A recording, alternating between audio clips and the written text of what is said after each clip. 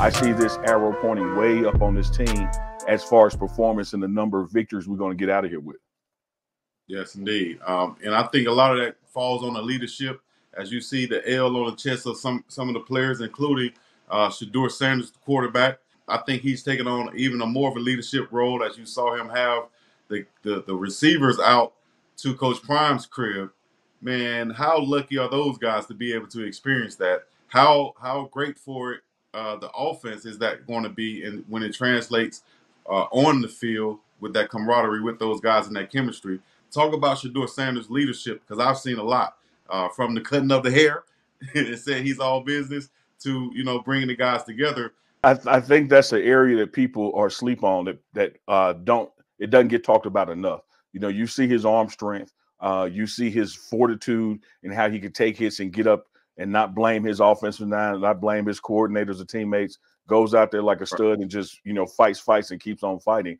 But what I would tell people out there, the last time Shedeur Sanders had his hair cut the way it's cut now, 2 undefeated seasons in conference, 2 back-to-back conference championships, back-to-back bowl games. When he has that cut, he is dialed in and he is locked in. It's all business. But the way his teammates gravitate around him, people would think that he's distant or something in the building. But he's friends with his teammates. He talks to them, hangs out with his line and receivers. You see him in the cafeteria around the building. He's not some distant celebrity figure or anything like that. And when he speaks, people listen and they follow him on the field. And, he's working out and strength and conditioning just as hard as anybody else is. He's not resting on, having broken Colorado records last year.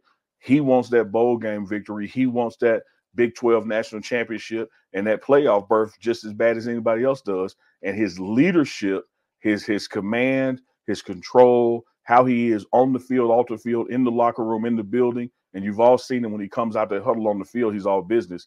This is Shedeur Sanders' year.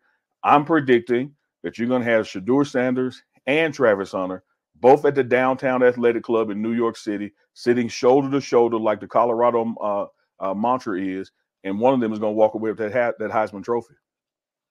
100%. I'm right there with it. I predict also that he's going to break his own records this year with the receivers that we've brought in and the offensive line protection and with what Coach Pat Shermer has up his sleeve this year. I think he's going to break his own records in several categories this year. I heard you talk about the linebacker room, how deep it seems right now with the amount of players in there, and the running back room. I've been taking a look at the receivers room and the defensive line room. From what you've seen, in your opinion, what room do you think is the deepest as far as talent wise? Oh, that's a great question. When you attach that caveat talent to it, because I've seen it, what they did at other places and here, I'm going to go with the receiver room. But man, that don't mean that the corners ain't right there with them. That DB room is loaded too, Chico. And then now after post portal, the linebackers, man, I'm telling you, we've added like 6 guys to that row that are going to come and have an impact on the game, be it at linebacker and or special teams. So to me, those 3 groups are like 1A and 1B as far as their depth and their talent. And let me tell you this, man, it's not over. You have a deadline to get in the portal. There's no deadline to get out of it. You have graduate students as well. Like we got a grad camp coming up.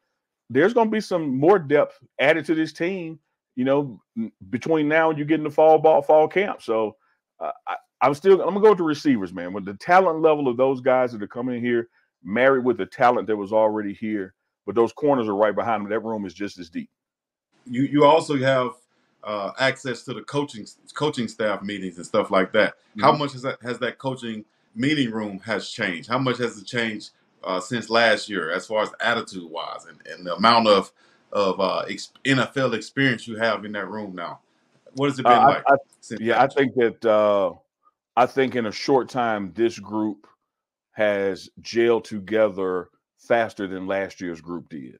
That this group looks like they have been working together for years. I talked about that with Dancy D-Lou and Coach Sapp. But even overall, the entire group from this spring to now has really gelled and looked like they've been together a couple of seasons. And I think that has a lot to do with the trust factor. They know each other. They know each other's resumes. not just in playing days resumes, but in their coaching resumes. And, Coach Prime does a lot of things just to build relationships. They go out golfing together, they hang out, they talk in the building, they get together with their units when they can. And so there's a lot of emphasis, whether it's the players or the staff, that Coach Prime is placed on getting to know each other, hang out together, get to know each other, talk about philosophies, what you want to accomplish, build that trust and relationship. Because I think it was some times this past season that Coach Prime felt like it was a lack of trust and relationships and that true coming together as a staff that we weren't able to get out of some adverse situations like we should have. So the emphasis this offseason has been on fixing that it starts with relationships. And when you walk in the building, man, you wouldn't know, that Coach Rob Livingston, hadn't been there a couple of years. You wouldn't know that Sapp just got to the building. You wouldn't know that D. Lou just got there. These guys walk around, kid each other, hug each other, talk strategy over lunch and in meetings. And it's like they've been working together for years. And I think that's going to translate on the field. I really do. Yeah, I think it's because of they can speak the same language, being that so many of them played in the NFL and have an NFL background or just a high level of coaching and playing background. They speak the same language and they know what they expect. Not saying the other coaches didn't, but Sure. it's something about when you have that network or that past relationship, that rapport, whether it's with that person or with someone that person knows, y'all know a mutual friend, so to speak. Yeah. So I think they're all on the same wavelength in that coaching staff also, and that's going to show on the field too. The OBs, you saw him pull up the original buffs and tell everybody, hey, make sure when you see them, you respect them, because these guys been through hell and hot water, and they're still here. That's commendable, that's respectable. Well, it's always interesting. There are things that take place internally and we see it and know it and feel it. And when I say that, I'm including, coverage, by your network as well. Because you have a grasp and a feel of things, even over distance, what's taking place. And those guys with the OBs on their shirt have always been respected, valued, and so amongst the players, they've always felt it. You look at the love that Charlie Offerdahl was getting even before he went up to the scholarship. And I can remember being first meeting with Coach Prime, and a lot of people hear it, but the camera didn't pan around to who said it. That meeting where Coach Prime, talked about, and this, I'm telling you now, this is the meeting where he was talking to the former players, the bulk of the former players. That meeting, that way back meeting, Coach Prime was talking about flipping this roster. Y'all remember that conversation? And I'm bringing my Louis in. And as he was talking to players currently, Ben said, "Oh, I know I'm not leaving. I'm going to be here."